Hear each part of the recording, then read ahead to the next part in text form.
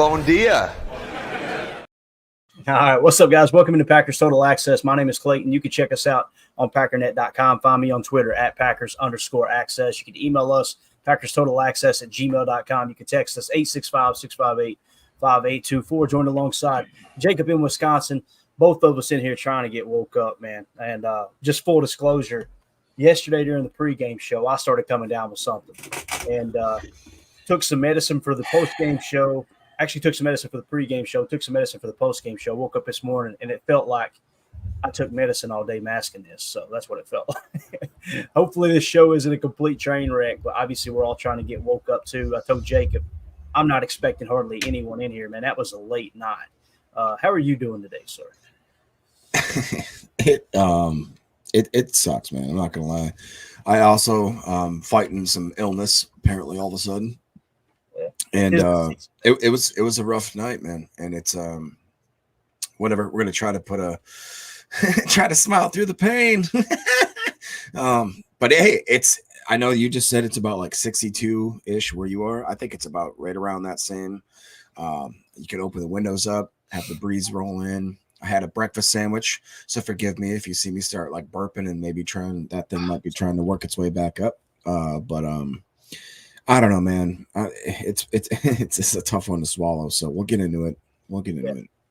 If you do burp on camera, we're gonna hit you with a flag. All right, that's coming. Oh, I hate that guy. All right. Tell you who we don't hate, and that's the good folks over at Ticket King, the official ticket provider of Packer Fan Total Access Live. Wisconsin-based since '92, specializing in Packers tickets. They're Wisconsin's largest ticket source with offices next to Lambeau and in Milwaukee. Just click on the link here in the video description. That'll send you over to their website, theticketking.com. You can register for free as a customer. Go ahead and start shopping for your Packers tickets. Again, that's Ticket King, the official ticket provider of Packer Fan Total Access Live. So, the big news of the day, obviously, Jacob, or not necessarily news, but the big talking point is Jordan Love, right? We know everybody's seen what happened last night. We don't know the severity of the injury. Now, typically when you talk about this type of stuff, you get one of two reactions. You get some people who try to claim their doctor or act like they're doctors, and you get other people that want to piss them on and pretend like if you're not even allowed to talk about it until somebody gives a report. Okay, I'm just going to tell you right now, if you're one of those people that are going to try to be like, you guys don't know what you're talking about, you shouldn't even touch on it, exit stage right. Okay, because we're going to talk about it. We're going to show the information that we've got. And so that's what we're here to do. To me, when I first seen the injury happen, Jacob, I thought immediately knee. And then when I seen his ankle on the replay, his ankle go underneath him, I thought, okay, maybe high ankle sprain. But then, of course, I think it was Big B is the first person I seen tweet out that video. And I don't know who actually, owned it. But when you seen the knee kind of buckle, I went, oh, no. Because the way the ACL works going through the center of the knee joint, that looks indicative of it. Like I remember, I think it was Carson Wentz when he tore his and he tried to walk off and you could see the knee kind of buckle to one side or the other. I know that, bro, blood doesn't bother me. No. Violence doesn't bother me. But, man, the thought of something internal inside the body that you can't see being broke or that just – I don't know why. It makes me want to throw up on my boots. But nonetheless, we got a video here that the first time I seen it was on Facebook this morning. It's not a good segue. Makes me want to throw up in my boots. Anyways, here's a video of what happened exactly in slow motion up close. You get a game last night like last night. There's not going to be a good segue. But this was filmed from the sideline. The lady who posted it said she did not own it. I'm trying to find sources. So if anyone knows who filmed this video, nobody's gonna claim it in Brazil, bro. I just record. No. I always want to take a second and give a shout out to whoever is providing it. Okay, so if you know who this is, if it's Alejandro down in Brazil, tell him we appreciate it. All right, don't tag him. But yeah, don't tag him. So here we go. This was immediately following the injury on the sideline. I don't know about you. This gave me a little bit of hope. Right here, I don't have hope yet. I'm going, oh no. But when he bends, I have never seen anyone tear an ACL, walk around the sideline with it, and bend his knee like this right here. Watch right here. This is what gave me the most hope. That split second right there. And again, it could be season ending. I don't know. Full disclaimer. But I don't know, man. To me, that looks a lot better than I originally thought. They would not be letting him walk around if they thought it was an ACL, right? That's just with my experience watching football anyway. Now, emotions are running high, adrenaline's running high. Jordan may be saying, "Get the hell away from me. I'll do what I want." Could be the case, right? But that's the latest I've got on it is this video here. What do you think, Jay? And again, there's nobody making a prediction here, guys. We're just simply having a conversation. Two football fans. All right, so save your what am I trying to say here? Your grandstanding and all that stuff for another show. All right, so Jacob, what are you thinking here, man? I'm not being too optimistic. I'm not a doctor, Clayton. You know that. You know that very, very well. But I don't know. I'm not a doctor. I don't know. It looks like I would hope it'd be a 4 to 6 week type situation. That being said, I that's all I can hope for. It's really tough, man. I did not last night. I refused to accept it. If you guys want to look back, I was just like, nope, no, it's fine. It didn't happen. Like, nah, he's gonna be fine. Everything's fine. Everything, like, I was the meme where the dog's in the house and the whole house is burning. Like, everything's coffee. This is fine. This is good. Wait, man, that's a very zesty cup you got over there, Caleb. Hey, I am zesty. Look at that. No, seriously, this is one of my favorite cups. So I like the cups that are like wider, like a soup bowl, basically. Yeah, absolutely. Yeah. Absolutely. Yeah. I don't like those tall, slender, the slender man. Don't like those. Adam's calling you out right here. He goes, Love is over there walking like Clayton leaving Old Country Buffet. And I'm over here going, I don't think it's that serious. Unbelievable. Appreciate that. I could use an Old Country Buffet right now. Are you kidding me? We used to have one here in town. They closed down quite a while ago, and for good reason. Let's go to the chat real quick. And I want these Saturday morning, I guess, is correct. I said Saturday morning as if it's always going to be like this. I want these morning shows after the games to kind of be like this. Let's test the pulse of the fans, everybody in the chat. What are you thinking? That type of thing. So Matt Moe from Twitter says, prayers up for 10. Hopefully no news is good news right now.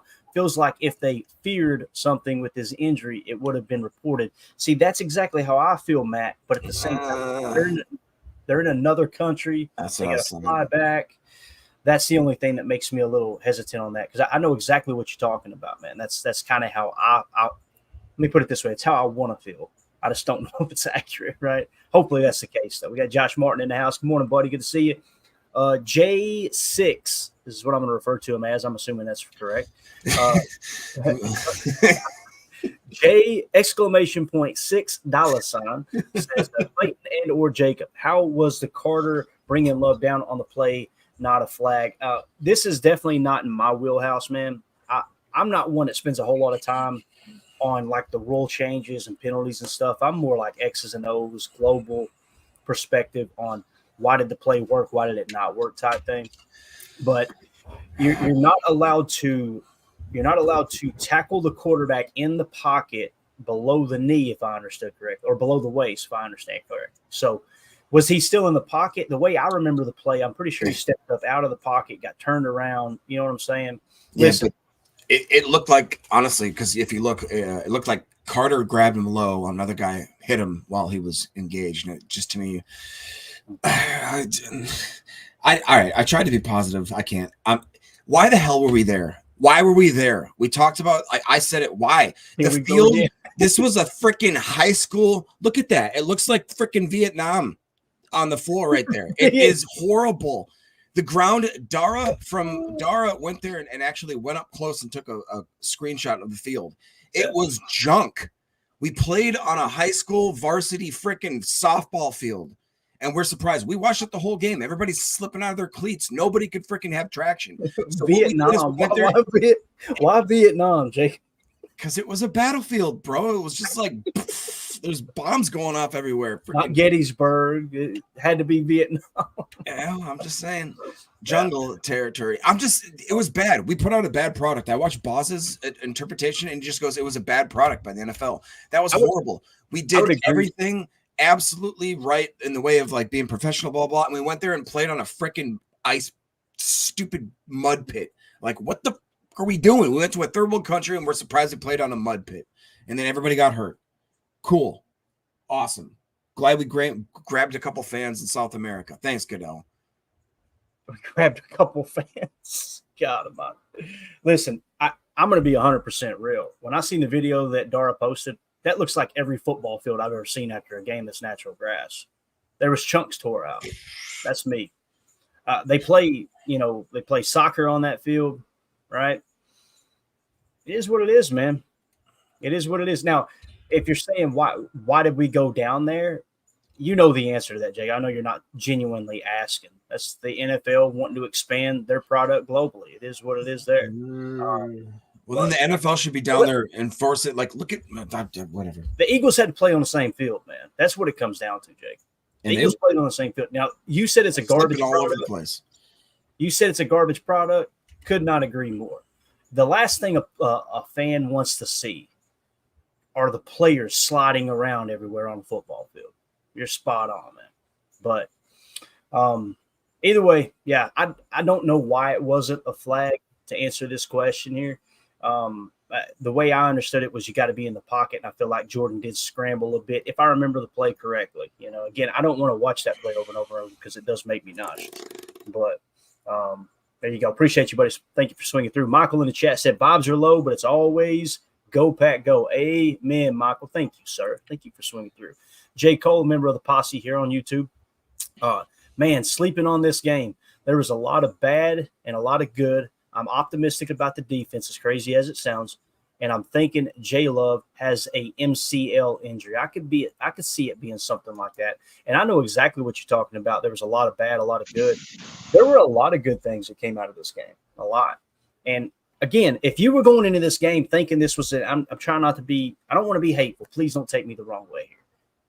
But if you were going into this game thinking it's slam dunk, we're going to win this ball game, you guys heard me all week long and on the pregame, like, I don't know what you've seen to make you think that. The betting lines suggest it's going to be a close game. 77% of the money was on Philly. Now, listen, that doesn't mean it's a slam dunk they're going to win. They had the better O-line and the better D-line, so they're better up front. We showed you the statistics between Jordan Love and Jalen Hurts. Jalen Hurts is a more accurate quarterback. Jordan Love got better results last year.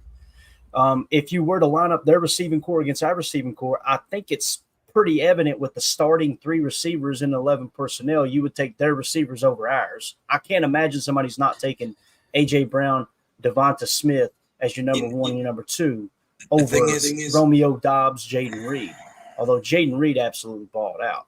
So all week long, we heard people say, slam dunk, we're winning this game. I don't know what you're talking about, blah, blah, blah. And then you get to the game, it happens, and everybody's like, oh, my God, this is the NFL. This happens every single game. The worst team in the league is this close to the best team in the league. And on any given Sunday, they can win that game. Look at the schedule. Unless y'all were expecting them to go 17-0, the first 4-game stretch, the way my schedule breaks down of how many wins you may or may not have, I'm looking up going 10 to 13 wins. Nobody say play me crazy for that. 10 to 13 wins in the first 4 weeks. You got to pick one game to lose. It's the Philly game. And again, I'm not saying that they couldn't have won. I'm not saying that they shouldn't have won. I'm just saying, let's please don't embarrass ourselves pretending like this is just the most catastrophic thing that the Eagles beat us by 5 points at a neutral site. I'll maybe push back on that just a bit and say that this team was supposed to be finishers. We're supposed to be ready. We started the game with the absolute best start you could ever get in this situation. We had 2 freaking turnovers within the first drive of both the possessions, and we got 3 points out of it. That's what we used to do back in the day. We had also other times where we dropped interceptions. We had Dontavian Wicks drop 3 balls right in his breadbasket. Romeo Doubs dropped 2 balls that were right in his breadbasket. We had a chance to put this game away. We would have a chance to be up 21-0 basically right away, and we did not capitalize on it. We were absolutely tentative. We were sissy-ish, and that's the point that makes me very upset is because this is kind of the Packers of old. We should have had knife on their throat and finished it right away. And instead, we sissy-footed around. And to be fair, Josh Jacobs finished with, I think, a good yards per carry, and I was solid with that. But he started horrible. The guy I don't think he gained more than 5 yards within the first 8 or 9 carries that he had. You talking about Jacobs? Yeah. Yeah, we're not going to go. We're going to just continue to go round and round on that, man. He finished with a good yards per carry, and I think he honestly, once the offense got going, I thought that was he showed what he could actually do. But to start, there were bodies in the backfield, right? 100%. Yeah, I'm just saying. In my opinion, once again, I don't want to bring it. Well, whatever. Aaron Jones made a career out of guys in the backfield and just knifing through, and that's just what I'll say about that. That's all I got to say about that. Josh Martin says likely ACL, and then the very next comment, sincerely Dominique, nice eyeball, says this video makes me optimistic. His left leg looks fine. I don't know about fine, but I'm with you. It's made me more optimistic. It's just crazy that in the chat, and this isn't a shot at anybody. It happens with us here on the show. We could be watching the same exact thing and come away with 2 different explanations. But we got Carly Ray join us. Carly, I'm sure you jumped in here for a reason. What's on your mind? I just wanted to respond back to what Jacob said about the field, and Josh Martin also said it in the chat here, and I heard it from Andy Herman, who's a source that I totally trust, but he said that the field was actually constructed by technicians from both the Packers and the Eagles, that they specifically installed it in here for this game, and that it was our team's people that did this. So it wasn't like they were playing on some substandard field. I think the humidity down there, which is maybe something that we don't have as much up here, like in the southern states, they just there's a huge, I think it was 67% humidity that could have made it slipperier, and games, grass fields get messed up. So I don't really think that was a oversight on their part. Yeah. And that was the thing too that was talked about a lot, was earlier in the day, the couple of days that people were reporting down there, I heard multiple people say early in the day, the field looks fine. At night, it looks a little shiny, like it's getting damp, right? So both teams, obviously, one of the biggest issues, and it kind of goes to what Jacob's saying, you get down there, 24, 48 hours before you got to play. You don't have time to truly test it during game time. And they didn't let them go to the field beforehand, if I'm not mistaken. They all went there. They were at the stadium the day before, but I'm pretty sure they wasn't there after dark. They said that I was told, or I read that they weren't actually allowed to actually go on the field until right before when they were doing their warm-ups and all that kind of stuff. Really? So they were warming up on the sideline or something? No, that they were training at facilities near there, that they actually weren't allowed to go there a day before or anything like that and test it out, because of field conditions. Yeah, we've heard 2 different things then, because I heard they did a walkthrough Thursday on the field. Okay. But again, that's not cleated up in full practice during nighttime situation there. So obviously moisture's a lot different at night. Here we are being meteorologists now, right? So anything, Carly, thank you for that tidbit of information. First of all, I didn't know the teams constructed the field, but I just assumed, hey, this is the same exact field that they played soccer on, and if it's good enough for soccer, I feel like it's good enough for the NFL. But that's just me. I'm one of these people too, though, man. I ain't gonna no excuses. And I understand that might piss people off, but I really don't care, to be honest with you. Both teams got to play on it. Suck it up, Buttercup. Let's go. Let's get it done. I remember the days of the old vet in Philly. Horrible situation. Chicago, 10 years ago, 15 years ago, their grass literally tearing up in 2-foot chunks when guys were running it is what Wasn't it in Oakland where they used to play with the A's and the Raiders on the same time? So you'd be playing in a baseball diamond, half of the freaking football field. They had flooding issues real bad. Completely soaked. So, yeah. All right, let's go to the chat real quick. I marked a few here. Sincerely, Dominique said they also said he walked out of the locker room unsupported.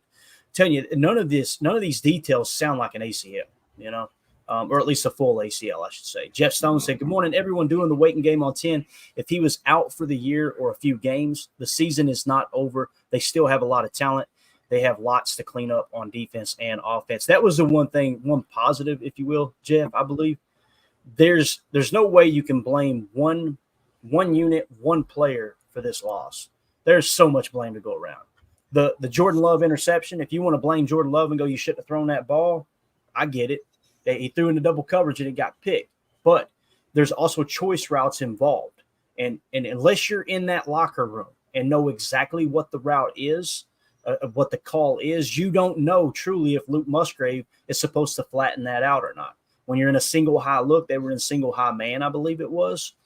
If that's the case and the choice isn't just to clear out, I feel like the play was designed to clear guys out to set up a slot cross concept coming across. If you go back and watch the tape, Josh Jacobs is butt naked on the drag. But Jordan chose – it's not even so much the decision he made to throw that skinny post to Luke Musgrave, whether you believe he's supposed to flatten it off or not. But throwing off his back foot was the issue. Back foot, and it was just a little – you got to hammer that thing in there if you're making that throw on a skinny. Now, if it's supposed to be flat, that makes a little more sense why he put a little bit of air under it. He's expecting Musgrave to cross over the face of the safety. But again, this has been the MO of Jordan Love so far. If you said, Clayton, what's the main negative with Jordan outside of the accuracy? He doesn't play the down and distance very well. Like it was a 2nd and 11 play, and we tried to pick up the first down rather than taking what the defense was giving us. But that's where we've talked in the past. He's really more like Favre than he is Rodgers, to be honest with you. That dude will hum that tater in there. So we'll get to all that with Chalk Talk later. Let me go get this off the screen, and I'm going to share some of the highlights from Next Gen. We haven't done this before. If you want to keep hitting, we'll keep hitting the chat as we go here. Let me get these cleaned up, and then we'll jump into Next Gen stats. It's a really cool feature. All right, let's see here. Lombardi Avenue says, I think we avoided major injury, but you never know. So true, man. Josh Martin, ACL sprain, he's thinking. All right. Sideline report in there. Good to see you, buddy. He said, my guess is 4 to 8 weeks out for Love. He said, not ideal, but better than an entire season. Completely agree. Lombardi Avenue says, ACLs can be diagnosed right away on the field, and the fact they didn't say anything, I think, is good news. That's kind of how I'm feeling. AFAM says, Matt LaFleur can't coach or prepare well enough for the big game. How many times does AFAM say it? AFAM in here talking in third person. I don't know if I can handle that. I've only had one cup of coffee here. Dallas is the one exception. So take his biggest win of his career away. Other than that, So early in the season, man, I'm surprised. One thing I am surprised, and I think the Jordan Love injury is what's overshadowed it. The reason that nobody's talked about it is choosing to not play you guys in the preseason. I'm surprised more people are talking about it. And I shouldn't even bring that conversation up because it annoys me. But I think that's a fair point. That's a fair point. Yeah, I mean, it is what it is. You choose not to play them, they come out and play a little sluggish, you know. Checking out Gypsy Mike says, why did Alexander run a 5-yard horseshoe move away from Brown on the one touchdown, then seemed to give up 10 yards before the end zone? Replayed it a few times, and it looked odd as hell. Checking out, I'm going to catch some slander for this, and I'm going to blame you, sir. This is your fault. I felt like that with Jaire for the last 2 years. There's just something that you see how everyone else plays the defense, and he just seems to freelance. Now, with that being said, the interception he got, that seemed like that was some freelancing. To me, it looked like everybody was in zone match. I could be wrong, and I need to go back and watch the All-22 actually study it. It looked like zone match. As a matter of fact, we got it right here. Let's see if we can dissect it here. This would be your all's first experience with this right here on Next Gen Stats. So this is the interception, okay, by Jaire Alexander. All right. So notice where 23 is at over here, right? They got him highlighted. And I'm going to try to walk you through it this way rather than actually play it. So notice what everybody does here. You see McDuffie drops to the middle, so that almost looks like a hole play, right? Like he's playing cover one hole. Now, Quay did not follow any receiver, so he's not in man coverage, okay? So it's if and then. If they go vertical, then you play the hook zone, right? So whoever has number 11, okay, maybe it's designed for Bullard to pick him up, and Bull went to the wrong assignment. You see what I'm talking about here? So they're in a trips right look. It's an empty set. They're in 11 personnel. They got the tight end on the left with a little semi-stack look with Saquon at running back. Look at Jaire. What is Jaire's assignment? Okay, if and then. So it looks like he was man coverage on 83, and then at this point picked up the eyes of the quarterback and went ahead and made a play on the ball. So my guess right here is it's zone match. Notice how 20 picks up 6, 25 tries to run with him too. That kind of makes you think, all right, if you get a switch concept, whoever goes vert, that becomes man coverage for number 25 Keyshawn. That makes sense. So you only brung 4. You got 7 in coverage, but again, Jaire on that play to me seemed like a little freelance, and I don't think his responsibility in the defense was to cover the seam. I highlight that because, like checking out, Mike says when it's an interception, we don't complain, right? I'm saying me, not you, Mike. When it's an interception, it's a great play. What I didn't understand was after he caught the interception, I don't know what this is. What do you like? Go down, bro. That was such a bonehead. Like once again, a boneheaded play by Jaire. Like when he makes a great play. When he makes a great play, he does a stupid thing with it, and I felt like that was basically a perfect indicative play of a summarization of how the Packers played last night. We'd make great plays, and then we would just shoot ourselves in the foot and do the dumbest crap and the dumbest. And here's the thing, like some people were going, that's not a big deal, Clayton. There's a thing called invisible yardage, right? And this is something that was taught to me years ago, and it's so important. It really applies to special teams most of the time. But we end up getting the ball at the 13-yard line when it could have been the 20. That's 7 yards of invisible yardage, right? Mm-hmm. And that adds up over the course of the game for sure. But nonetheless, we got a super chat here real quick. Let's hit it. Ian, thank you so much, buddy. He says, my hope is the kneecap popped out and some ligament strains. They popped it back in and sore. I'm a doctor now. I do not accept Medicare cash only. So there you go. Ian, congratulations on your MD there, bro. Good job, man. So appreciate you. Thank you for the super chat, pal. So anything you guys want to add to that play? And again, that's probably not the best play to diagnose right here. Any of these you would like to see, I should say. You want to see the Xavier McKinney interception? Can I ask a quick question, actually, Clayton, before we jump into that? Yeah, absolutely. This might be more of a question for Tim because he has seen more of the practices, but do you guys know if things like, I don't know, I feel like with the false starts or the 12 men on the field or just those just crazy penalties that the refs call, like when they practice and do walkthroughs and stuff, do you think they ever stop the play in order to be like, you know, this would have been a flag, this would have been a flag, this would have been a flag? Because it just seemed so like unrehearsed. It seemed like they just didn't have that fine-tune the stuff in the game. And it's like this, it feels like it would be easy to correct if you had somebody fixing that ahead of time. They definitely have refs, right? Yeah. Yeah, they definitely have refs for practice. Now, do they stop it in the moment and go, hey guys, here's what you did wrong? Probably not. I would imagine the refs will probably provide a report after, because it gives the referees an opportunity, no matter if they're actually reffing at the NFL level, the college level, high school level, whatever, it gives them an opportunity to kind of sharpen their skills too. But yeah, they definitely have refs at certain practices. Not all. Carly, do you remember at one point, Carly, they had a 12 men on the field for both teams? Do you remember that? That was insane. That was the first for me.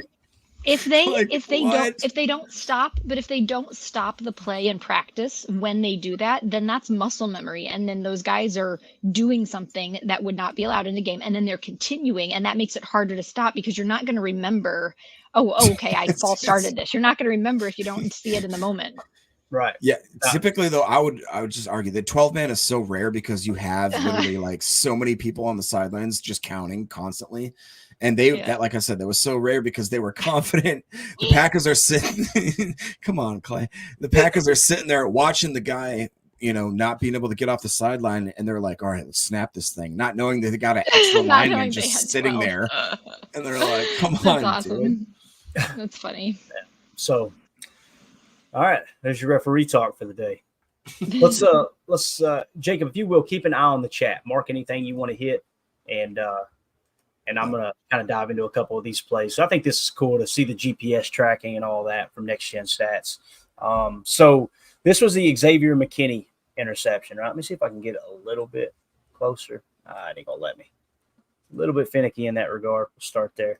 All right, so we came out in this play. It was a nickel. I think I actually tweeted it out. Nickel 4-2-5. To me, this looks like Tampa 2. Now, notice Jai is actually up on the line of scrimmage here, right?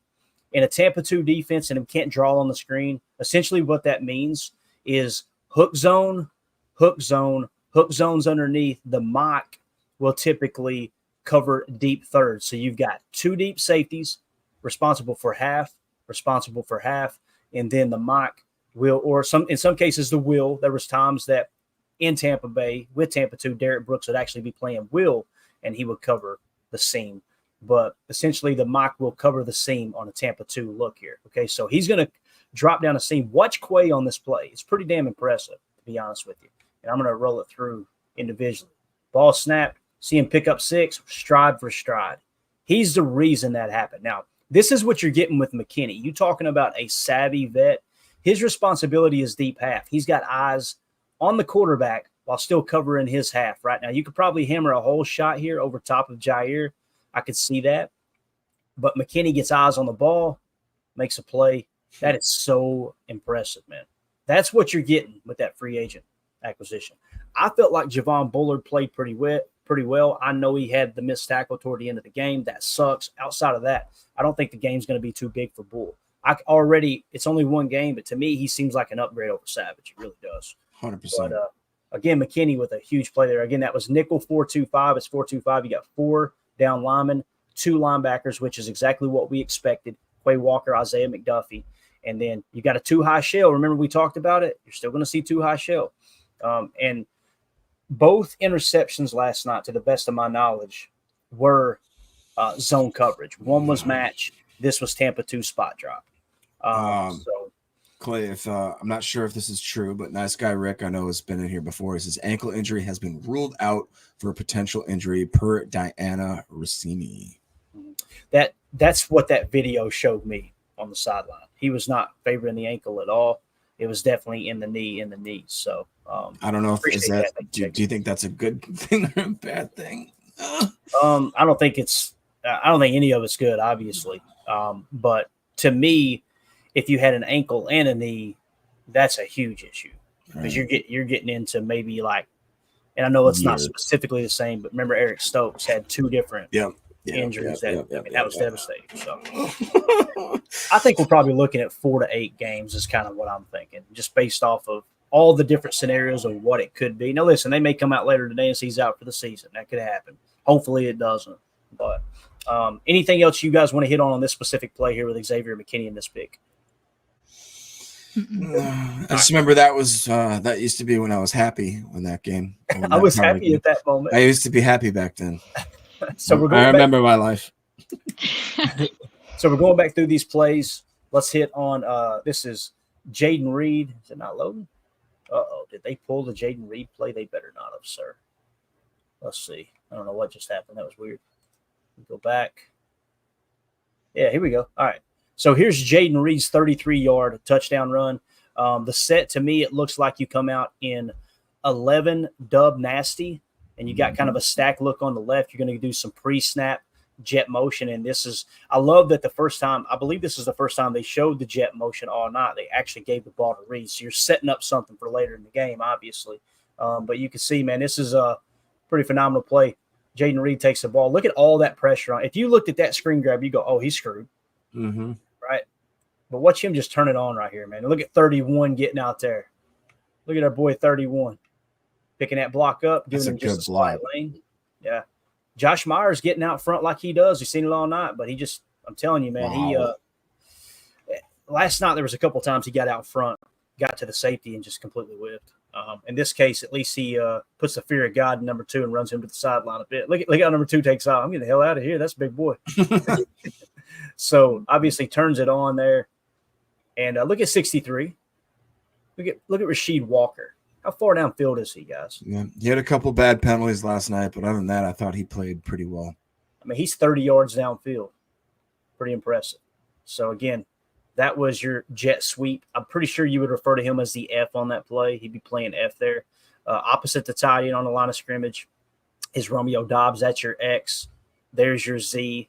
You've got your Y flexed off, and then you've got what I would refer to as the flyer of the F. So, there you go. There's your Jaden Reed touchdown. Anything on that? Other than Jaden Reed's a damn dog. I know that, man. That dude. I was going to say, people talked about Xavier Worthy and how impressive it was. How about this? This is kind of almost a similar play without the guys having a 4.2 speed. Jaden Reed is just consistently overperforming everything about him. it's just a shame because certain parts of our offense, certain parts of our team looked absolutely phenomenal. And we talked about like Rashid getting out there, making those blocks. Some of the stuff from Josh Myers looked great at times. And that's, and some stuff looked horrible from Josh Myers. It's so hit and miss with this group. It's a little bit weird, but we've seen Jaden Reed has all the, like, dude, that guy right there alone is a catalyst for this offense. I mean, you just literally get him the ball. It doesn't matter what capacity, just give him the ball and see what happens because he is an absolute firecracker. Yeah, here he is on this play. Go ahead. Do you guys know why they were getting, like, it seemed to me as I was watching it, I only saw the first half, but like Jacobs was getting hit sideways so many times. They were getting to him so fast. What was going on that they were just able to get to him? It's like people weren't blocking or moving people out of the way. Like, I know pass blocking has something to do with it, but still, like, it seemed unacceptable. You talking about in the running game, Josh Jacobs? Yeah, in the running game, yeah. So we kind of talked about it this week. They got one of the best defensive lines in the game. Jalen Carter, massive. When Philly drafted Jordan Davis that year that he came out in the draft, Jordan Davis is his teammate, by the way, at Georgia. When they were scouting him, Greg Cosell said it was the most obvious thing that he noticed on tape that year was Jalen Carter was the best defensive lineman in college football the year before he came out in the draft. I mean, he's that good. The dude is just unbelievable. And you watch some of those snaps, Josh Myers had his hands full. But yeah, and again, we'll talk about it more as the week goes on. I'll try to put us together a Chalk Talk segment so we can actually see some of those blown up plays. But no doubt about it, Carly. I didn't put it on never once did I see a play and I thought, Jacobs, come on. I seen a play going, I can't expect him to break 3 tackles right there. Like, that's just me.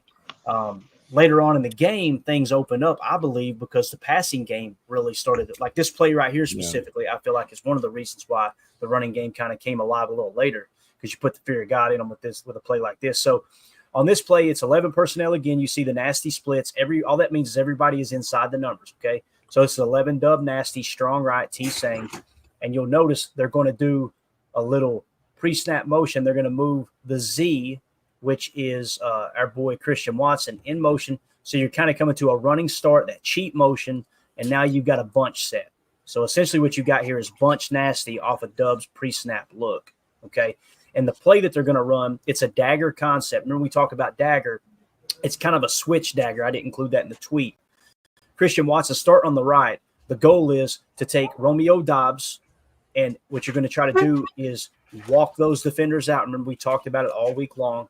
So he's going to run basically a non-fade route here, and that's going to open things up in the middle of the field where you're going to run a double climb. And what we mean by double climb is notice Jaden Reed is going to run kind of that deep crosser, and then off the backside of that, you're going to get the same thing with Christian Watson. A true dagger concept, Watson will be a dig, but there's choice routes involved. And in this case, I think it was a by design double climb. Look, you had 85 chipped on the outside. That's Tucker Kraft, and he's going to leak out. And then you had a circle or an angle route. Maybe it was supposed to be an angle, and he just didn't cut it up sharp. I think it was a circle route underneath with Josh Jacobs. So as we roll it forward here, you'll see the double climb. Christian Watson's coming off the backside. You got 2 guys butt naked through the trailer park right here you can throw the ball to. I'm going to say this. You want a positive from the game? A positive from the game for me, Matt LaFleur was scheming his ass off. There were people open all night long. Several balls, 4 or 5, maybe 6 balls, Jordan Love just missed. And that's been the only knock with J Love is his accuracy. It seems like this looked like his accuracy first half of last year. If he returns to second half form, you're going to get that cleaned up. And again, Jake Shavink said it best. Before the wheels fell off, on Twitter, Jake Shavink said, J Love drifting a lot out there. It got like absurd how much he was fading back and when he didn't even need to, right? Now, his head hit the turf on one play. I don't want to cue up the conspiracy music, but there was one play where he got hit and his head hit the turf. Oh, yeah. I felt like from that point on, he really didn't look comfortable. He looked like he was – I don't want to say he was out of it. I'm not going to try to fuel that speculation, but he just didn't seem like the same player. Obviously, when you're on the sideline eating bananas and chugging water, you're having cramps. That could have had something to do with him not setting his feet last night too. Some people were going, "Oh, that's just an excuse." You get a cramp in one or, God forbid, both your legs, and go out there and show me perfect technique throwing the football. It ain't gonna happen. You have a talk with Jesus when you get cramps in the calf. You can barely walk. You can barely walk or stand. It's horrible. Exactly. Go ahead, Jake. What were you gonna say, bub? No, that's fair. I think that was I was actually going to bring that up. Is that I watched one of those plays. It wasn't how he hit the ground. It was the fact that his head snapped back and bounced off the back of that ground like that. And like you said, he got up. And I think more than that is what you just referenced is the fact that you saw this guy randomly. I'm like, why is there so many dudes working on this dude's legs? Like he wasn't limping and he wasn't, but you could tell there must have been something there that he said, "Hey, I don't feel right." I've had cramps before. Like, have you ever randomly woken up in the morning and just been like, "Oh Lord, the world's gonna die"? Like you just start grabbing your sheets and you pull your dogs looking at you like, "What is happening?" The best. I woke up in the middle of the night and had a cramp in my calf muscle. And Mandy, imagine her perspective. She wakes up and she sees her husband with his knee in his hand, leg raised up, and I'm literally punching my calf muscle harder than I can. I'm like, please get out of my body. It was unbelievable. So again, when these injuries and stuff like this happen, man, I always try to take it back to me being a normal, out of shape man from the mountains of Caucasus. I'm not going to criticize these world-class athletes if they can't handle something. That's just, I'm not going to be that dude. Did we get to we didn't cover everything in the chat, did we? Let's hit this one. Demetrius in the chat said Wicks and Watson drop passes, Wicks and Watson's drop passes hurt, and along with the TD called back for 12 men on the field. Yeah. If that TD counted, this is probably a different outcome. Very good point, Demetrius. Very good point. Well, question though, if they didn't have 12 men on the field, would the TD have even happened? Yes. If the defense has 12 men on the field and you score, that's my favorite play in football because it says you couldn't stop us with an extra guy. We're just going to go ahead and decline that. So, yeah. But I mean, like, was he open because we had an extra man out there being defended? Is that why Reed got open? I don't know. I didn't dig too much into the play, to be honest with you. It could have been the case. It should have helped. Yeah, it should have. Should have helped having an extra guy out there. But yeah. All right, let's see here. AFAM said us not wanting to start fast lost us the game, in my opinion. More negative than good, but we're still young, and AFAM already knew we ain't close to the top teams. There you go. AFAM knew it all. Tell you what, my man. All right, let's see. Checking out, Mike says, what I want to see is Badgett in a Green Bay jersey. Dude looks like Tom Brady 2.0 and Willis's booty. I'd have no problem giving up a second if Love is out 4 games. Man, I like Tyson Badgett, whatever his name is, but one, how the heck do you think the Bears are just going to be like, okay, here, we'll help you out here, bud. I respect your opinion, Mike. I really do, bub. I just I'm of the opinion that if Love, let's say Love was out for the year, the chances of us winning it all, not good. You know, hey, dude, no, we got Malik Willis, bro. You kidding me? So my point is, why give up more draft capital? You know what I mean? That's kind of the future of your organization. I understand where you're coming from, though, Mike. If you could guarantee me he is Tom Brady 2.0 and we go on to win a Super Bowl and we got Tom Brady for the next 10 years, give him a first. Throw that in there just because we feel bad for absolutely stealing him from him, right? But yeah, I just as Ricky Bobby once said, I'm too drunk to taste that chicken. I just I don't think I'd want to do that. But thank you, Mike. All right. Anything else we want to hit on? Do we want to take this to an hour 20? That's the real question. You're the boss. We can probably, if I'm the boss, we're hurting. I'm just telling you that now. I don't have an hour 20. The comment of the day, Milltown Corey. All those bananas down in Brazil, and Love still cramping up. WT. Got banana cramps. Banana cramps. Oh, that's hilarious. Can y'all hear that dog barking out here? Yeah. Yes. Right. But it's not bad. Let me close the door. Y'all talk amongst yourself for a second. Nah, it's not that bad. Carly Ray, I mean, what is your outlook, if Jordan Love is out, let's say 4 games, which is best case scenario, what if he's out 8 games? Do you see this as, what's your move? Do you sit here and try to get our backup, or do you try to make an aggressive trade for, again, everybody called me crazy when I said we should trade for Dorian Thompson-Robinson because we have to have a backup plan. Everyone's like, nah, you idiot, you stupid fool idiot. And I was like, okay. And who called you an idiot and a fool, Jacob? I think it was Clayton, and he said, I hate you and I hate your dog. And he kicked me, and he kicked my dog, and he pushed my grandma down the hill she was in a chair, and she just went on rolling. Rolling to the river. I can't believe I got accused of attacking your grandma. Go ahead, Jacob. I'm sorry. No, I was asking Carly, like, what's the worst case scenario for you, and what do you do? Where do you break glass in case of emergency, and what's your emergency plan?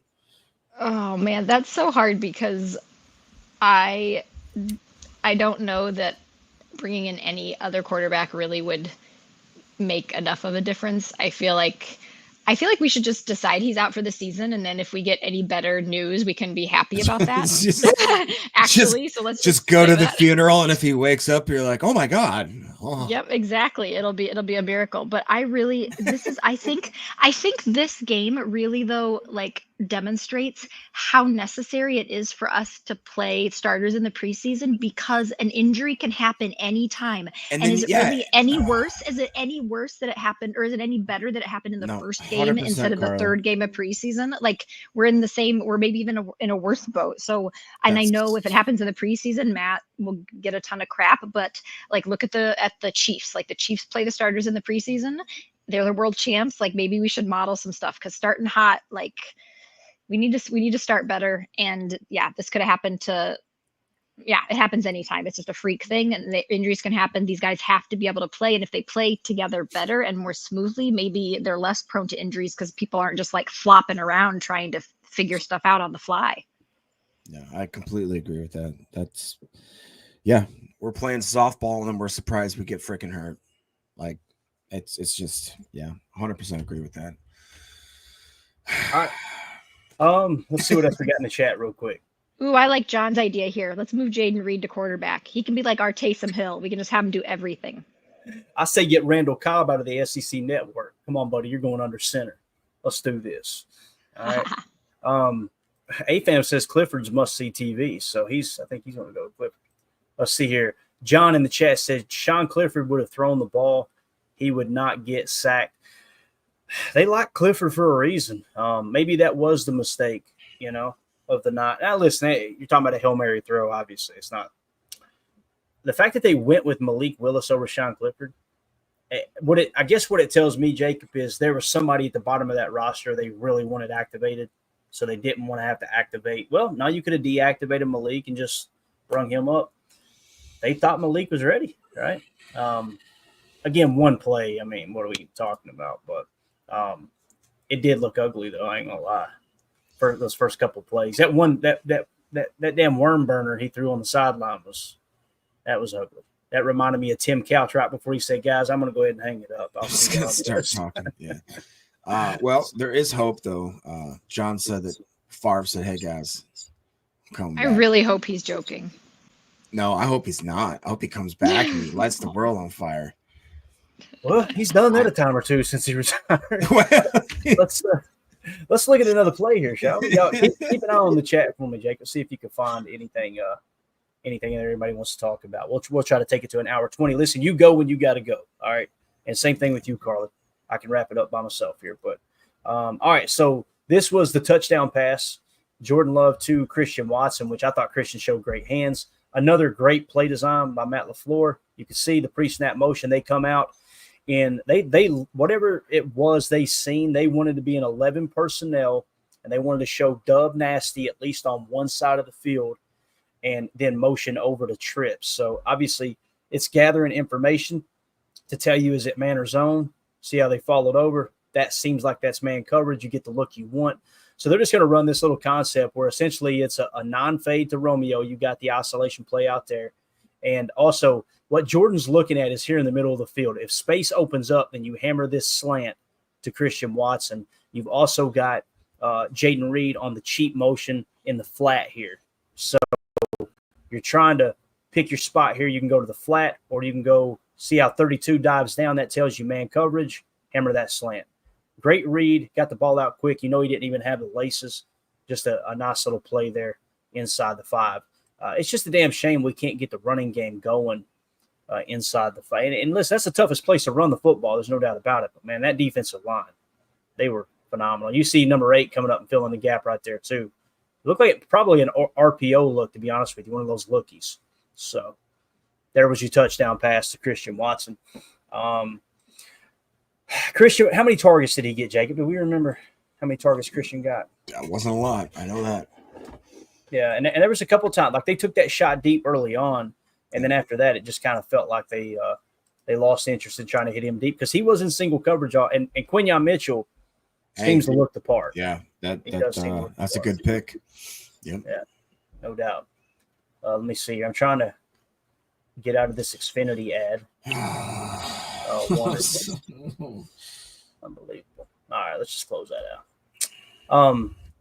See, I was trying to get to the numbers with Christian Watson to see how many targets. He was targeted 5 times. And, he had how many catches did he end up with here? Get advanced overview. So he was targeted 5 times. He had 3 receptions. So there you go. It's just the yards is what's weird, right? They're only 13 yards.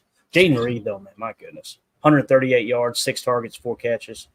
That dude is your playmaker, man. Now, when you start to model the team and you're going, okay, what's the plan moving forward at the receiver room? Where I'm at right now, if you can get Romeo Dobbs at a discounted rate by giving him a contract now, money up front, that's the play. I'm to the point where unless Christian Watson just goes absolutely berserk all season, right now I'm leaning toward I don't want to pay him top of the market money, you know. And that's not to say he's not going to be a good player, but from what you've seen, I think that's a very, very aggressive investment. If you're going to just throw the book at him and make him one of the top 3, top 5 highest paid receivers in the league, I can't get to that point. What you're looking at next, though, is Jaden Reed is probably going to be that receiver you build the offense around moving forward. That's what it feels like. And again, it's only 1 week, but we led the team last year in receiving and I think receptions as well. So that's what it kind of feels like there. Let's see what else we got here. Rashan Gary's sack. This is pretty impressive. And again, it's just the GPS tracking over at Next Gen Stats. Watch how quick he gets into the backfield. First of all, look at the front here. Okay. So you're in your nickel. Yep. Nickel 2-4-5. And notice how Rashan Gary's out there on that wide 9. Notice how they put our boy Devontae White on the outside shoulder of the guard. So you're singling up Rashan Gary on number 65 here. 65 is Lane Johnson, right? Yeah. So watch Gary. Watch how quick Gary is off the ball here, guys. That is wild. Jeez. To beat Lane Johnson on his outside shoulder like that. I mean, that. So they claimed, remember, during the broadcast, they were like, the offensive line must have heard something, or they thought the play was blown dead, is what they claimed, because of the fact that Gary had such a great snap. I just think Gary jumped it. I just think he jumped it that great.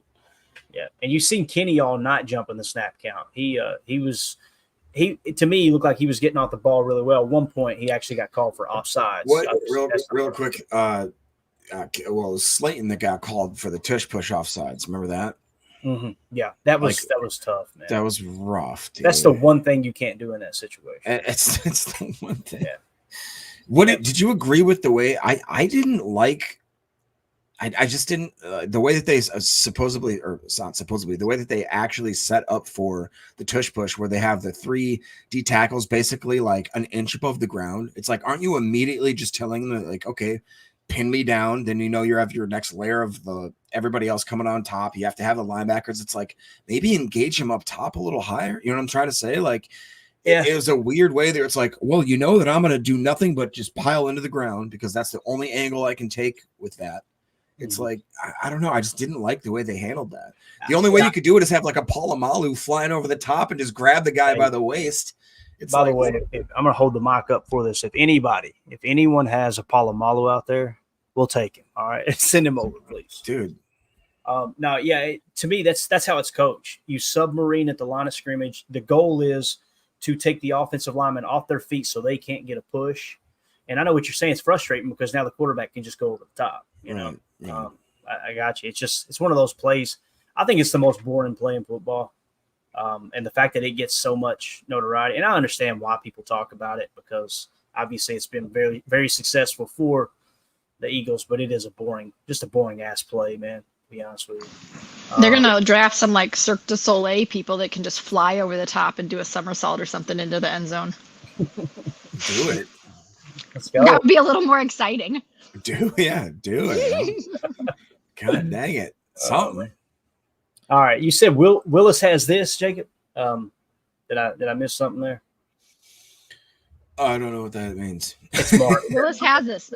Like he's gonna get it. He can. Oh, he's gonna put it okay. together. I got you. Yep. I like the optimism. R.E. Ironminer says, Eagles are very good. We did not execute. O-line was in trouble all night. Field sucked. We stayed in it all game. Very true. Lacked the execution to get it done. However, I think J Love was on his way to score. You know, I was sitting there thinking too, man, like, hey, if he goes down and wins this ball game, we're probably not even talking about all the debacles that happened during the game, right? A win cures everything. But again, I think we're going to be fine. Love is the main issue, right? In everyone's life, love is. Isn't it? Yeah. So obviously, hopefully Love isn't out any more than 4 games. That's kind of where I'm at right now. And maybe that's wishful thinking. I'm sure it is. But this was a game that wasn't a slam dunk, man. Just wasn't a slam dunk. Just randomly, real quick, guys. We have 600 people watching right now for some reason. Go ahead and give us a like, do a subscribe, and if you could, share our post to whatever social media you have so we can have other Packer fans find us, and then we can all wallow in our remorse and our sadness together. Or at times of happiness, be happy. But yeah, right now it's definitely. Heard it from I think a we're all fan here. right here. We're all here trying to like just figure out what the heck we're gonna do next. And right. I know what I'm going to do this week. I'm going to try to put us together a Chalk Talk episode. That's the goal there. Today's Mandy's birthday, so shout out to the wife. Happy birthday, Mandy. 24 years old. And people going, damn, Leo. Yeah. Now, we got plans tonight, obviously. It goes without saying. I might do another midday show later on if we get time. I got to see what the exact plans are. We're definitely going to go watch Beetlejuice, though, for all you 90s people that grew up in the 90s. The new Beetlejuice movie is out. So Jacob has no interest in that, do you, Jacob? I haven't even seen the original one. Carly, have you seen Beetlejuice?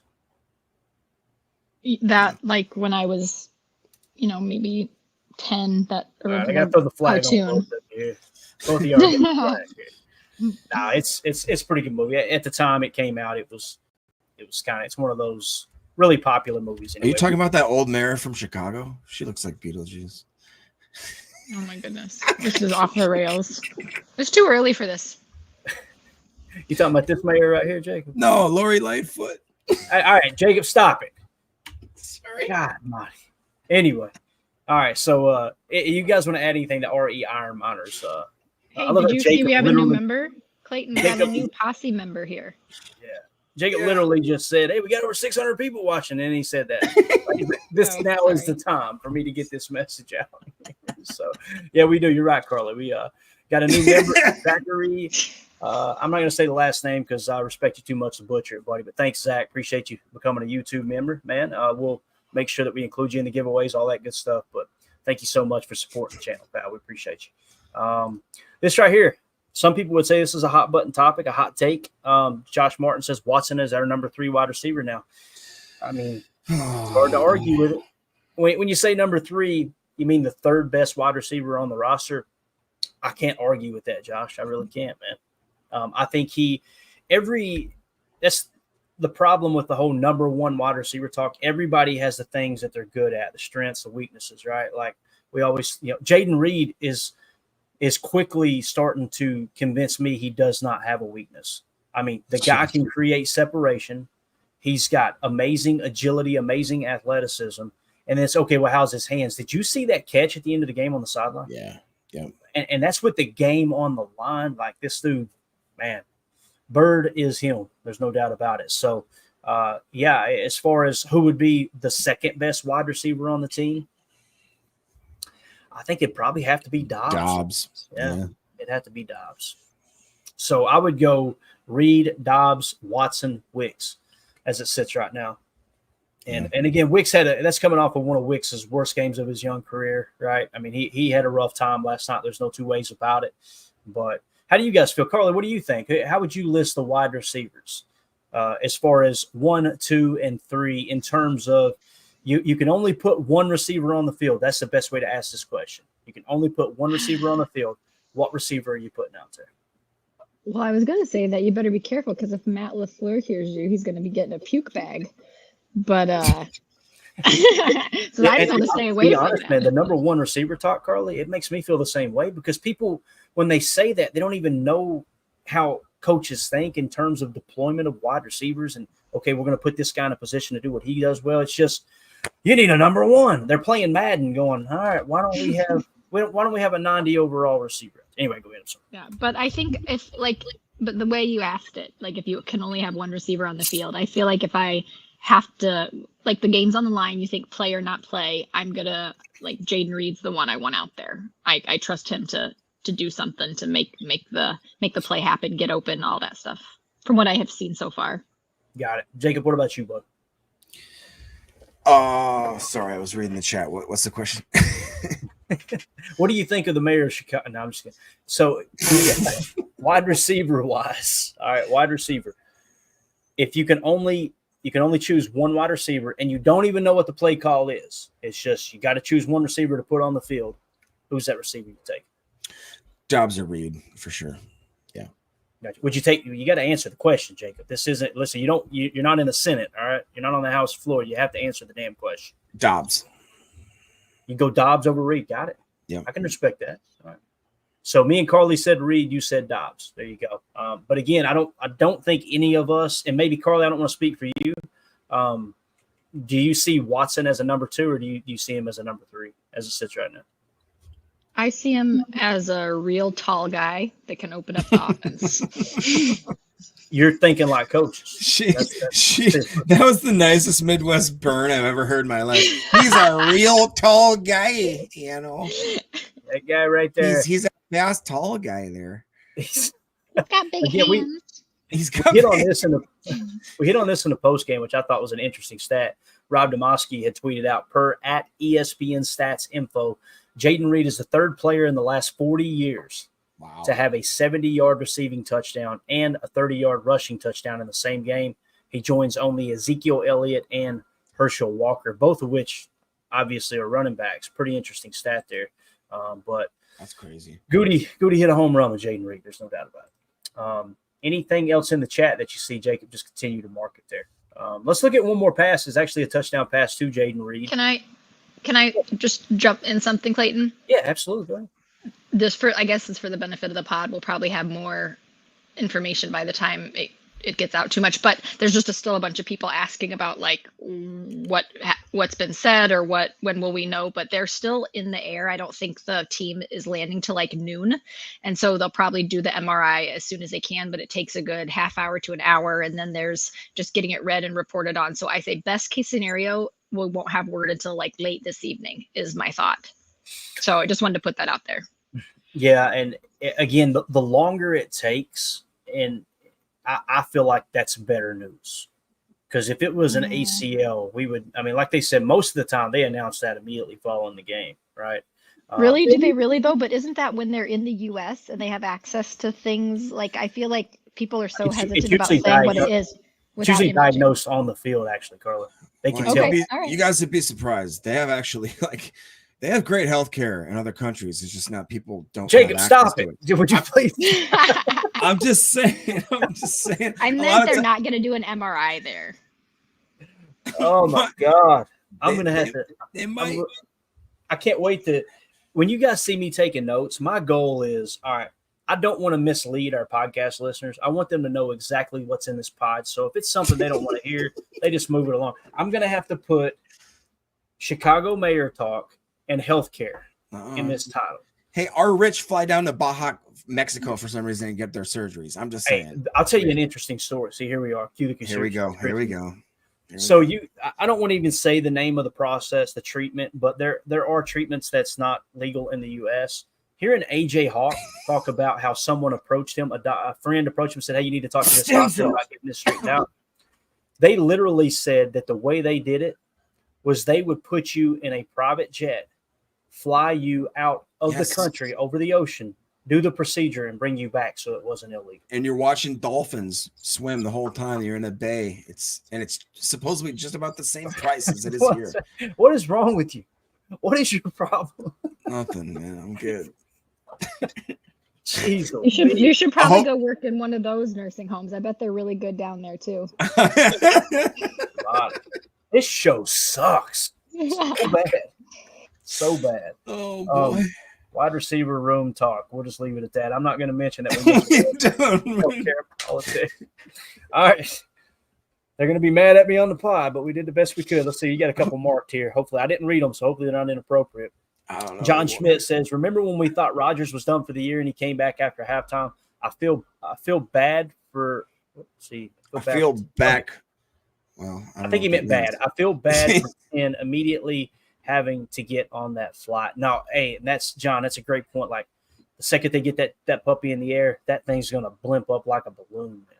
Man. Just another negative that goes in favor of Jacob's argument here that what the hell are we doing playing over there, right?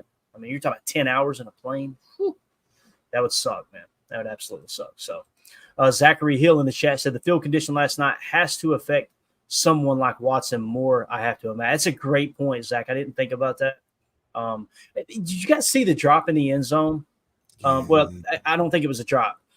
The announcer said he slipped. I didn't feel like he slipped on that. I know. The whole time I was like, yeah, he slipped. To me, it looked like a bad throw. Do you agree, Jacob, or am I missing something? Yeah, I agree. He let him way too much. And same thing. I was like, oh, man, I can't wait to watch the slip so I can blame it on the field and blame it on Brazil. And then I was like, that looked like a bad throw right there. But I will take it. Was that the one where he laid out for it and extended to try and catch it? Yep. Yeah, I didn't see a slip on that one either. Right. So you two felt like it was just kind of a bad throw? Is that what you thought, Carl? Yeah, but I guess I didn't see the entire cut. Like maybe he slipped earlier and so the timing was off maybe. But still, he was definitely led too far out in front. Yeah. Gotcha. Okay. All right. Let's see what else we got here in the chat. Zachary says, our newest YouTube member, appreciate you, buddy, said, I feel like Dobbs is a mix between Randall Cobb and Jordy Nelson. Jaden Reed reminds me of a Deebo Samuel. I could see that. Definitely in terms of deployment with Jaden Reed, they see him like a Deebo top wide receiver. I feel like he's quicker than Deebo, but maybe he isn't. I know you're not comparing him to a T, but as far as Dobbs being a mix of Randall Cobb and Jordy Nelson, strong hands on the back shoulder fades, right? But also quick enough to kind of work across the middle. Very scrappy in those double coverage balls. Remember the one last year, Jacob, where Love just chucked it up and it fell perfectly into Dobbs' in his lap as he's falling backwards. He's falling down going, oh, God. So yeah. I can see that. I think that's a good description, Zach. I agree with that. And it's just that's why it was a little bit disconcerting today to see that Dobbs was one of those ones that had a drop issue because it's like that's not his MO. He is usually so sure-handed, and I think the nerves probably got a lot with these guys. This was, we are the youngest team once again, almost by a large margin. This year we have the youngest team, so traveling 10 plus hours. I don't care how close we stayed to the stadium. You go in there, the stadium's basically a mud puddle with grass on top. It was adversity. We faced a lot of adversity, and Clayton talked about how if you had to pick a game that we dropped, this is probably the one. And unfortunately, obviously things didn't go in our favor, and it might have been really real bad depending on what happens with Love. But going forward, I don't even know. I'm going to try to stay positive. I don't know what Malik Willis can do, but if we can keep this going if we have to miss him for 4 games, we still have hope. If we miss him for maybe 6 games, we still have hope. If Malik Willis can win us maybe 2 or 3 games, I mean, hey, let's start thinking about it because he was I think he was one of the top quarterbacks picked in that draft. He was picked there for a reason. He's got talent. We traded for him for a reason. So, no. Jacob, I don't even have, after this game last night, I don't even have faith that the Packers can win themselves. Carly. Games. Jesus, I'm trying to be helpful here. But seriously, it's like we're going to throw a new guy in there that's just been there for 3 weeks and then expect him to get better with and be able to do stuff that the Packers aren't even doing with their starter. Like we gotta get some stuff together. I don't know. It was ridiculous. I love Twitter. Like I just got called out by an Eagles fan because I said double down on it. You know what I mean? And he basically brung the receipts. So I showed the receipt gif and said, hey, man, good game. You guys earned it. Whatever. Good luck this season. You got to own it. Don't delete those tweets, guys. Don't be those people. But this exchange right here just had me cackling. So we show this video, right? And this is a Bears fan that said he's history. He's gone, right? Thomas Austin said, and yet we'll still be better than Bum Williams, right? Talking about Caleb Williams. Look, wrong. I love Twitter, man. I'm just telling you. The exchanges on there are awesome. It's better than anything on cable, I promise. All right. R.E. Iron Monitor says sprains can be a long injury as well. Connecting tissue is tough to heal. Love will get the best of care. I mean, it's a very, very good point, Iron Monitor, that we don't know. We shouldn't be talking about it, but I don't want to be. I'm not going to be that podcaster that says, don't talk about it till we know. And most of the time, those people, if you really follow their account, they don't want anybody talking about it until they get a little inside information so they can come out and say, we had it first. So, boy, yeah. What do you got there? Nate's going hard in the paint. Why would you mark it if it's bad, Jacob? It's not well, I mean, it's a bold take. It's a bold take, Cotton. See how that works out. All right, let's hit it. Nate Anderson in the chat says, Love can go elsewhere for all I care. He didn't deserve that contract at all. The Packers had 30 years to do something. So it is what it is. I'm trying to use the proper pronunciation here, or a punctuation, rather. Pack fans want to give Jets fans crap last year. Karma. Just saying. So, Nate, I don't blame you. I blame Jacob. I'm not sure why we put that one up there, but Jacob, you're fired. You're fired. Jacob said, if I'm miserable, everybody's going to be miserable. That's a take. I mean, that's a take. Yeah. Those people, you couldn't find them last year in the second half of the season. That's the problem I have with it. So, as the show once said, you take the good, you take the bad. I don't know the rest of it. So, bold strategy, Cotton. Let's see how it plays out for him. Yeah, see, like Fred McFarley gets it. Don't platform the trolls, Jacob. Hey, that guy used to be that guy's made productive comments before, so I'm just saying. That guy, you know him well, don't you, Jacob? You know. All right, so can I give another take just so that no one thinks I'm a hater of this team? I feel like I have to redeem myself. All right, let's hear it, Cole. You got the floor. I was super excited though about the offensive schemes and different things that Matt, drew up, and the fact that we were still in the game despite all the horrendous mistakes. That got me really excited about what this team can be if we can put it together. So I'm really rooting for it. I'm hoping this isn't that bad. I'm hoping we get back in. Even if we end up just being like the wild card and have a playoff run, overall, I just want J-Love to be healthy, right? I want this to come back and him to be okay. Cause this is just one game. But we're talking about a guy's career and his future. So I'm rooting for the team all the way. Yeah, no, I thought Matt was in his bag last night. I'm not going to BS. Like he was scheming guys wide open. And again, the reason you lost the game, I think we actually won the turnover battle. But that interception that Love threw, right? That to me, that was the pivotal. Usually you can find 3 to 5 plays. You go, these are the ones that really decided the outcome of the game. I would just about argue that specific play determined the outcome of this game. And again, who do you blame? Do you blame Musgrave for not flattening the route off? Do you blame Love for throwing up the little duck? The answer is there's plenty of blame to go around. Jordan was getting smacked last night too because of this great defensive line. That's one of the reasons why he was throwing off platform all night, right? You could tell he was a little gun shy. But yeah, I'm very excited about what this team can be. Again, this is not a huge surprise to me. Could have won it. That's the part that stings. Like you had yourself in a position to win this game. And like Jacob pointed out, you got off to a great start. So I don't know. That's I think that you're 0-1 and you got a chance to go 3-1.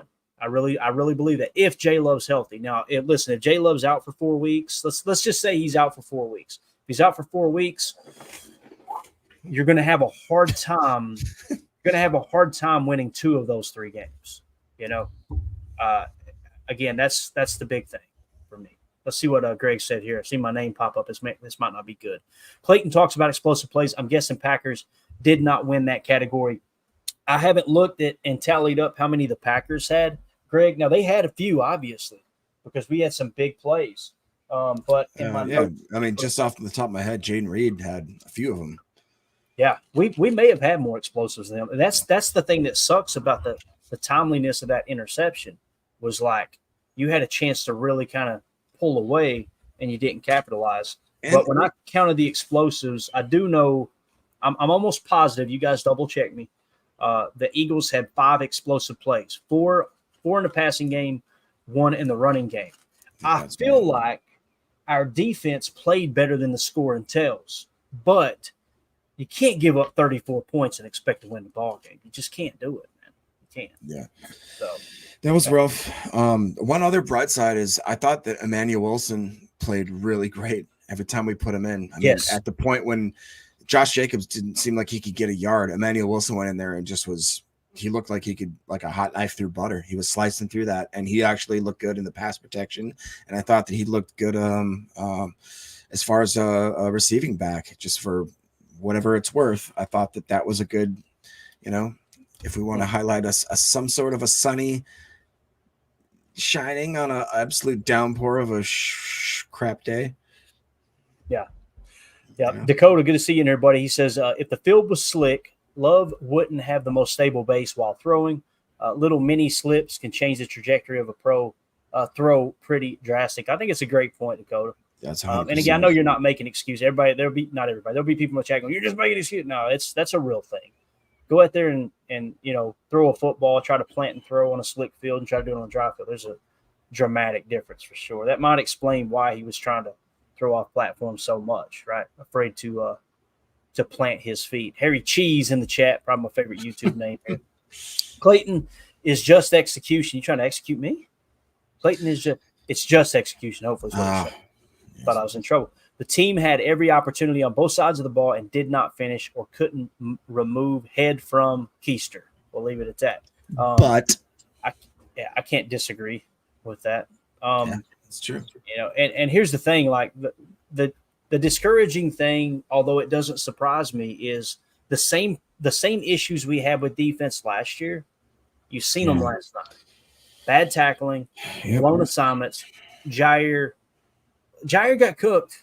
I'm sorry, Jaire. I've been trying not to say it. I'm thankful for the pick, Jacob, but he got cooked. Jaire's a liability. He's not a top 5 paid cornerback in this league. If anything, like Stokes played great. Stokes played better than Jaire did, in my opinion. That's just my opinion. It's just crazy that we have to all kowtow to Jaire and think that he didn't play good. He did not play good. Yeah. I don't know, man. It's not worth the money. It's not. It's if you remove the name, remove the sport, remove everything about it, and you. Professor says one game. I've said this for years, just like Clinton saying, no, it's not one game. Bro, I've been on Jaire for a long time. And Professor Cakes, I love your name. We have highlighted your name several times. You've been in here. We have talked about Jaire for 2 seasons now, 2 full seasons. This is going on the 3rd. He's the highest paid corner in the league. When A.J. Brown literally takes 1 step to the sideline and then cuts back across his face, and Jaire looked like a lost puppy, bro, listen, the interception, again, one of the only things that went right for us in the second half was Jaire getting that pick. That was the second half, right? Am I thinking right? The pick. Yeah. But you gotta call it, man. If you see it, you gotta say it. You can't just pick and choose. And so when I read that comment, Cakes, I'm not trying to pick on you, man. This is my opinion. I'm being real. When I read that comment, I think, okay, so we're not allowed to say anything negative about Jaire.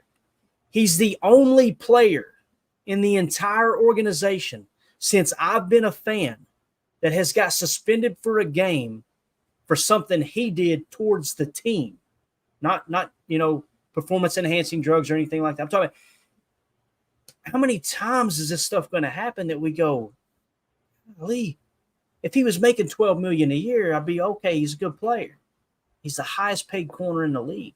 If you remove the game of football, you remove Jaire, and you just say, okay, business, here's a potential asset. Here's the return on that investment. Or do you want to make that investment? As an investor, as a business owner, I'm going, no, not doing it. It's not even close. It's not even close. I think one of the biggest issues is Jaire is one of the funnest guys to watch it. Like, you hear the sound drops we've got for him. You hear his teammates talk about how they love him. Think about what he said for Braden Narvison when they said, hey, this dude's a real deal, like getting behind his guy. Remember Jay Love last year? Comes up behind Jordan Love, puts his arm around him. This is the best quarterback in the league, right? Like, he is a great teammate. There's no doubt about it. But on the field, man, sooner or later, something's got to change there. They got to, man.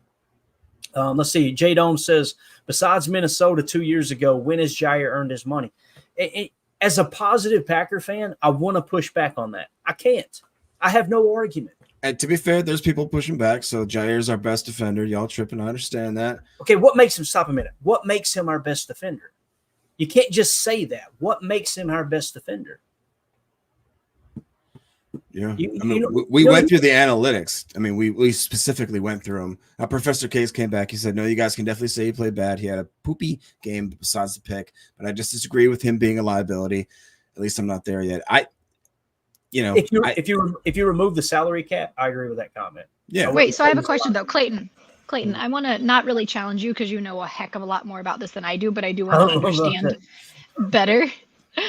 But like, if the only way the salary cap thing is a liability is if you're paying the player so much that prohibits you from going out and getting another person better, but that other person also has to be available. So what other person could they have paid instead of Jaire? Over the last 2 years, there were many cornerbacks. I can make you a list. I need a little time, but you know what I mean? And here's the way I look at it, Carly. Like, what, as a fan, what's most important to you from the cornerback position? Like, what a couple of the key things I look at is like passer rating when target. How successful is a quarterback when they target the receiver you're covering, right? Corey Ballantyne had a better passer rating when targeted than Jaire last year. So then you go, okay, what's about turnovers? That's where he did show up last night. He got a turnover. That's huge. You can't, you know what I mean? We talk about the turnover battle all the time. It's just that turnover, that interception in the end zone to me, and then the two or three times he got burned by AJ Brown's a great receiver too. You got to put it in. It's not like anybody can burn Jaire. That's not the case.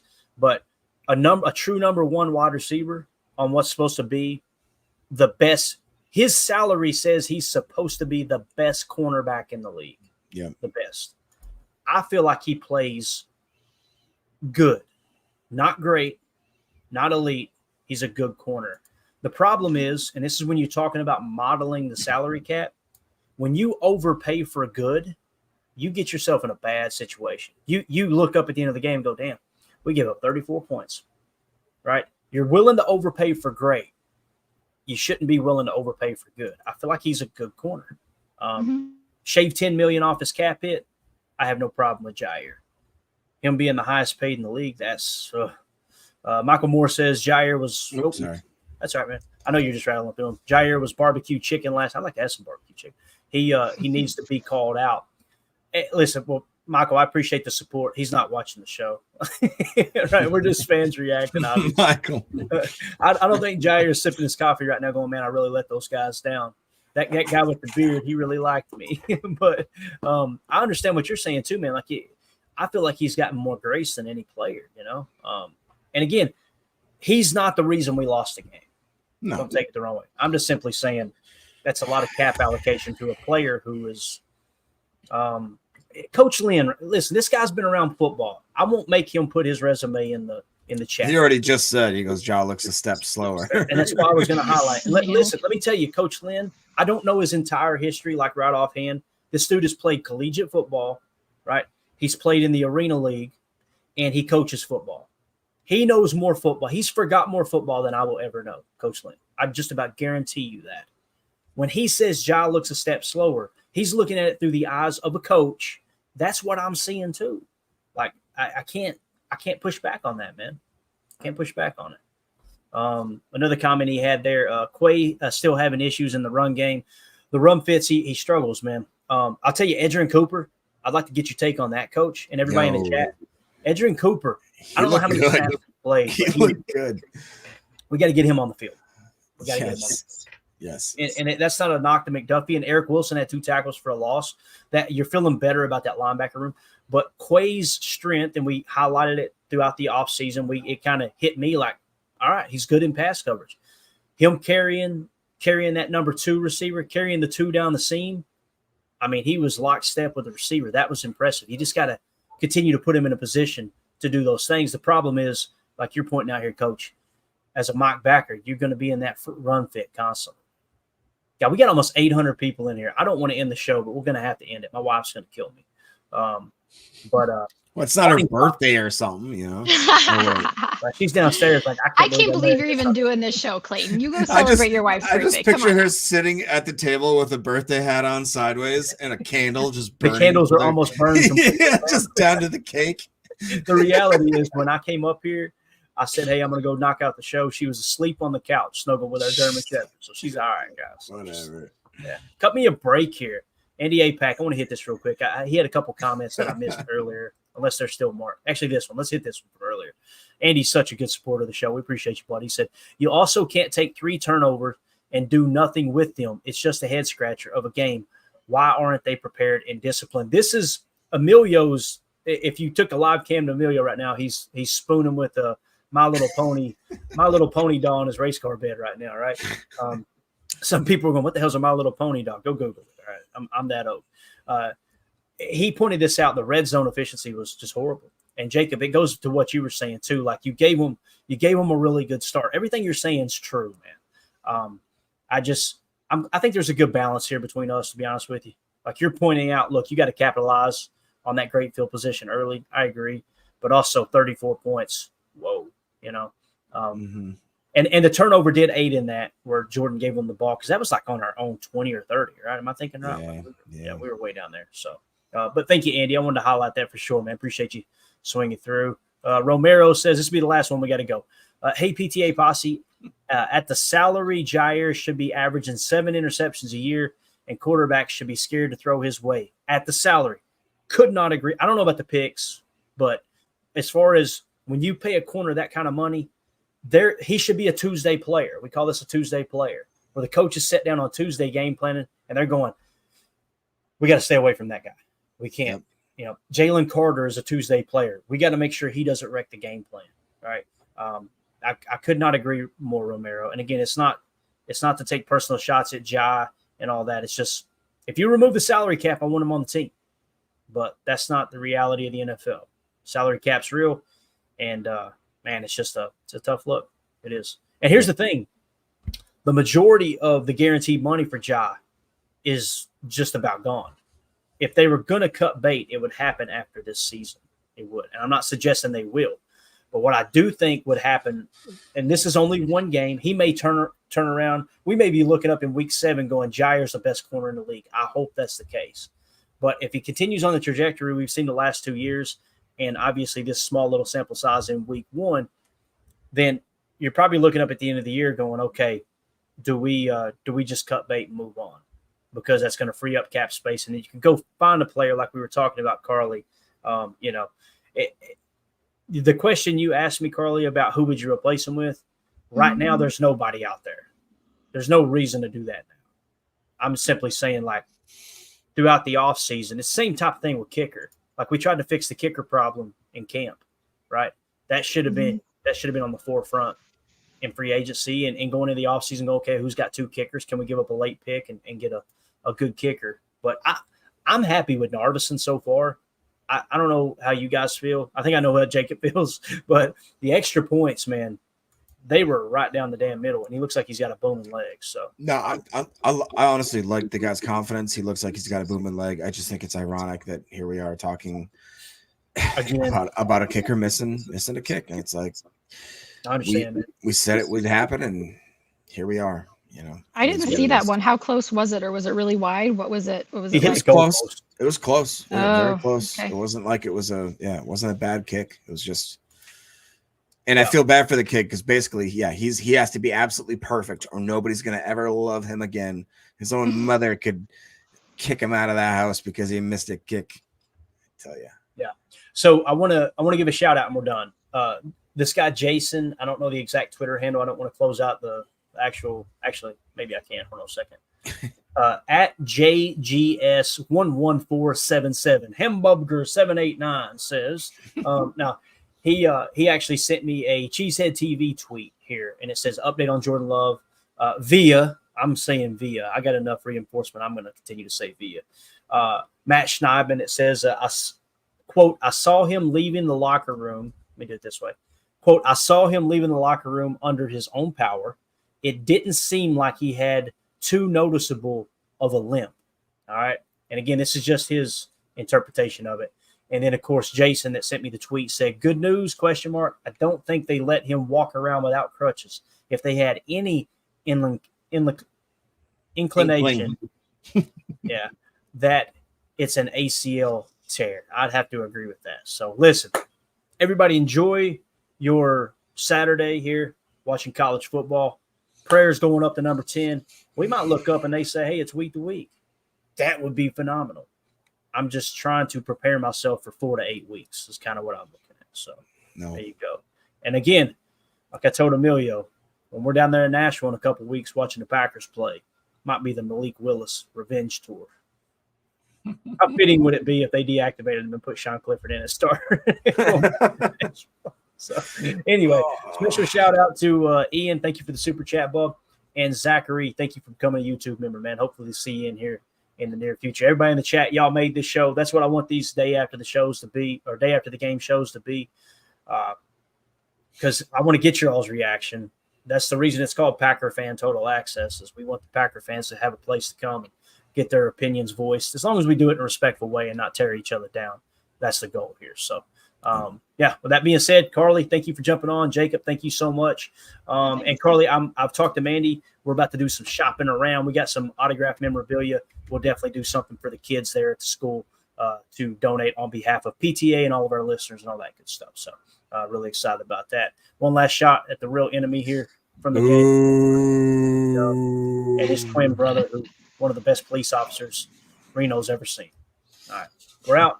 Thank y'all. For those of you listening on the pod, thank you for making us a part of your day. As always, let's go out and be the change we want to see in the world.